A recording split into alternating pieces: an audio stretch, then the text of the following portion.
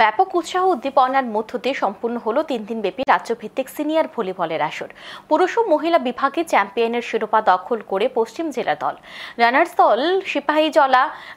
হলো সিপাহীজলা জেলা দল। উমাকান্ত স্কুলের ভলিবল কোর্টে এই প্রতিযোগিতা হয়। দীর্ঘ 12 বছর পর রাজ্য ভলিবল সংস্থার উদ্যোগে সম্পন্ন হলো এই আসর। 3 দিন ব্যাপী এই রাজ্যভিত্তিক ভলিবল টুর্নামেন্টের সমাপ্তি হয় রবিবার রাতে। সিনিয়র মহিলা বিভাগে এদিন পশ্চিম জেলা দলের মুখোমুখি হয় সিপাহীজলা জেলা দল।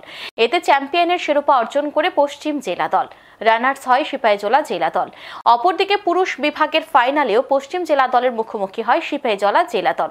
ফাইনাল ম্যাচে জয়লাভ করে পশ্চিম জেলা দল। ফাইনাল ম্যাচ শেষে অতিথিরা বিজয়ী দলগুলোর হাতে তুলে দেন সুদৃশ্য ট্রফি।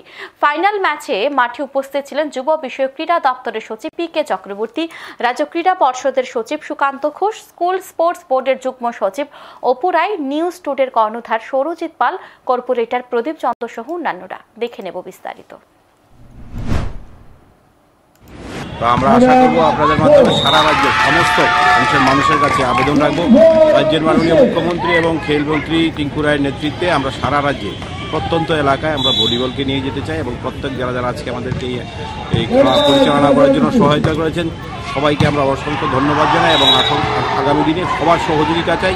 আমরা চাই এক ত্রিপুরা শ্রেষ্ঠ ত্রিপুরা এবং এক ত্রিপুরা সুস্থ ত্রিপুরা গড়ে তোলার জন্য।